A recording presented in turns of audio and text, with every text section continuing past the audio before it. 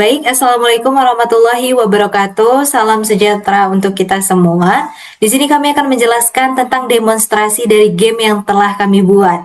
Tapi sebelum itu perkenalkan saya Tessa Aufi Muzakia. Saya Calila Ikano Fikri. Saya Zalika Alhena Dinar Setiawan. Nah, di sini kami akan mempresentasikan tentang game kami yang bernama Byte Munch. Untuk penjelasan lebih jelas akan dijelaskan oleh rekan saya, Zalika. Baik, jadi game kami di sini namanya Byte Munch. Byte Munch adalah game petualangan berbasis terminal yang dibuat menggunakan bahasa C dan library and curses. Di dalam game ini, pemain menjelajahi labirin, mengumpulkan makanan, mengalahkan waktu, dan berusaha keluar dengan selamat. Lalu, di sini ada fitur utamanya, yang pertama opening screen, berwarna magenta, jadi saat game dijalankan, pemain disambut layar pembuka dengan ucapan selamat datang dan percakapan singkat sebelum masuk ke permainan. Yang kedua, input nama pemain. Di sini pemain memasukkan nama, lalu game menampilkan sapaan personal kepada pemain. Yang ketiga, menu utama berwarna magenta. Menu ini berisi level easy, medium, hard, dan exit. Setiap level memiliki labirin, warna, dan tingkat kesulitan yang berbeda. Baik, di sini saya akan melanjutkan penjelasan tentang labirin yang ada di setiap level. Jadi kami punya 3 level, yaitu easy, medium, sama hard. Untuk level easy itu terminalnya berwarna biru, labirinnya kecil, dan juga ini merupakan labirin yang paling sederhana. Untuk makanan dia ada 15 yang tersebar, lalu untuk waktu maksimal itu 1,5 menit. Untuk level medium itu terminalnya berwarna cian, labirinnya lebih luas dan juga ada beberapa percabangan.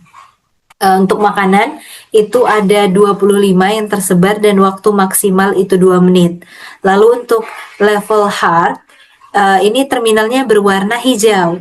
Nah, labirin ini merupakan labirin yang paling sulit dan jalurnya lumayan kompleks. Ada 35 makanan yang tersebar dan juga waktu maksimalnya 2,5 menit.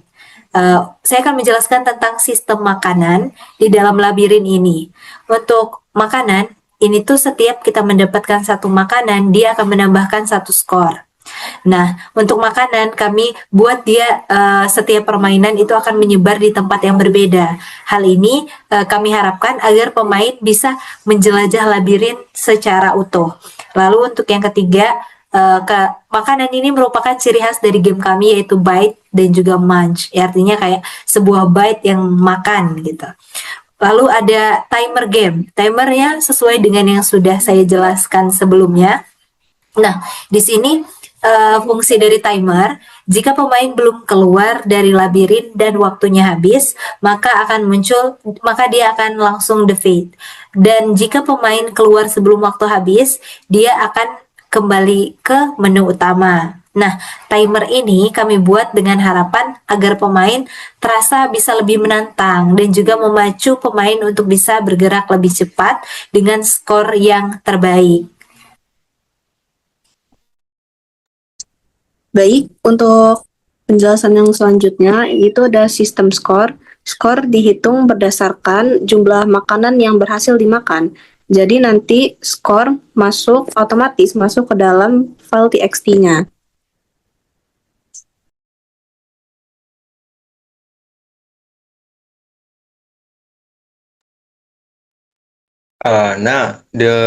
Ketika sistem skor ini masuk di dalam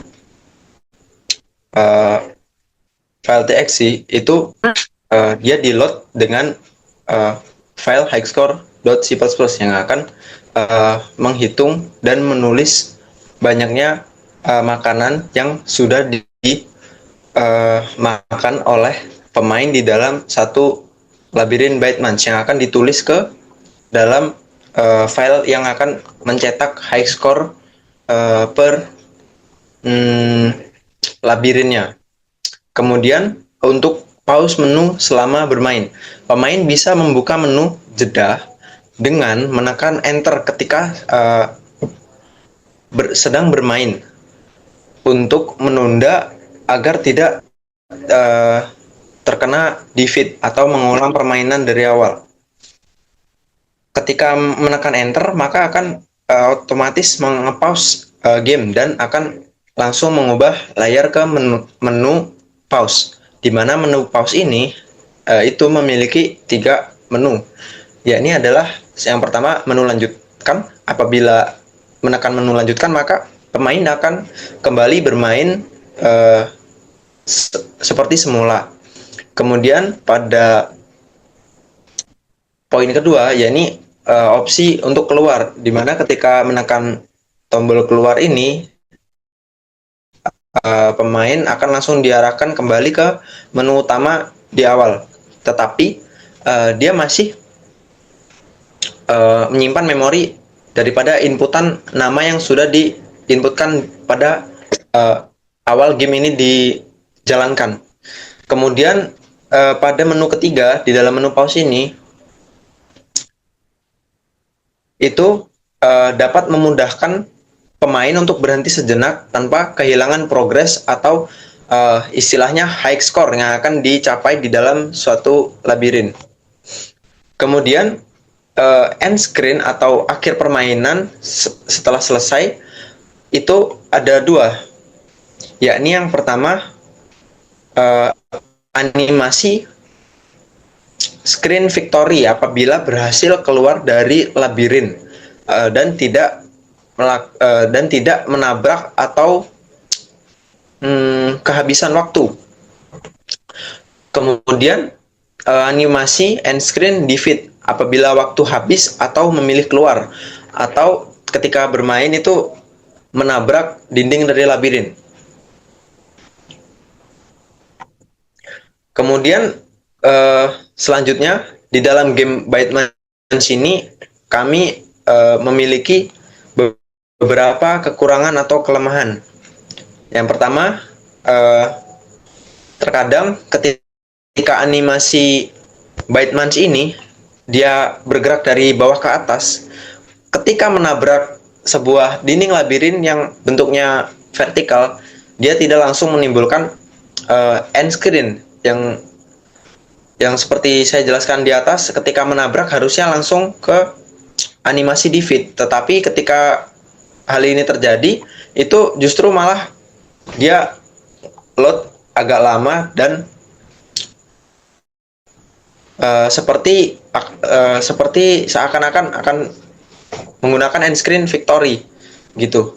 Kemudian yang kedua, di dalam terminal kami itu tidak bisa melakukan kursor sama dengan 0, sehingga kursor itu masih terlihat di dalam terminal game kami. Kemudian kekurangan lain di dalam game kami sebenarnya sudah melakukan set lagu atau musik di dalam game kami di dalam folder sistem. Tetapi ketika kami menjalankan terminalnya, file musik tersebut tidak bisa diputar, sehingga game kami tidak memiliki. Baik, mungkin ada sedikit kendala dari Ical. Dia di sini menjelaskan bahwa game kami itu sudah mempunyai file musik, tetapi dia tidak bisa diputar dan tidak bisa kami gunakan di terminal tersebut. Nah, kita lanjut saja ke penjelasan kelebihan yang akan dijelaskan oleh Zalika. Baik, setelah tadi rekan saya menjelaskan kekurangan dari game kami, di sini saya akan menjelaskan kelebihan yang ada pada game kami. Jadi yang pertama, sebelum memulai gamenya, pemain bisa input namanya terlebih dahulu. Lalu yang kedua, di sini seluruh history high score bisa langsung muncul di file txt. Lalu yang ketiga, makanan otomatis menyebar tiap game baru. Lalu yang terakhir, terdapat 3 labirin berbeda di setiap level, tingkat kesulitannya juga berbeda.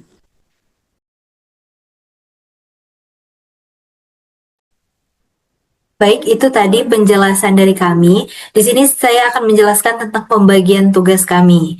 Untuk pembuatan per labirin, itu kami bagi rata dalam pembuatan labirin easy, medium, dan juga hard. Di sini ada implementasi tambahan, array kami gunakan untuk menyimpan labirin, lalu ada beberapa function yang kami gunakan untuk dipanggil di main utama. Lalu boleh Ical jelaskan tentang beberapa kode dan modularnya? Ya, salah satu modular yang menarik yang menjadi kelebihan di dalam game kami ini itu modular di folder system, di mana isinya itu adalah high score CPP, di mana high score CPP ini berisi sebuah kode salah satu yang merupakan salah satu implementasi daripada fstream atau text file, di mana file ini high score CPP dia bisa membaca skor dari game Byte Munch ketika memakan makanan, di mana ketika karakter Byte Munch ini sudah mengambil makanan, maka dia akan fungsi ini atau file ini akan otomatis menulis data ke salah satu file di folder data, tergantung ketika pemain bermain di labirin mana, misal di labirin yang isi, maka otomatis ketika dia mendapatkan high score itu akan langsung menulis data high score tersebut ke file txt highscore.txt. Selanjutnya mungkin implementasi kami itu ada di yang salah satu terbanyak, yaitu implementasi ncurses, di mana sebagian besar kode kami yang menggunakan ncurses itu ada di kode labirin, dan ini ada di isi, hard, dan medium.c++, di mana di sana kami menggunakan ncurses untuk melakukan animasi API di terminal, begitu. Oke, baik. Itu semua penjelasan kami tadi tentang demonstrasi game. Mohon maaf bila penjelasan kami ada yang kurang jelas. Kami akhiri. Wassalamualaikum warahmatullahi wabarakatuh.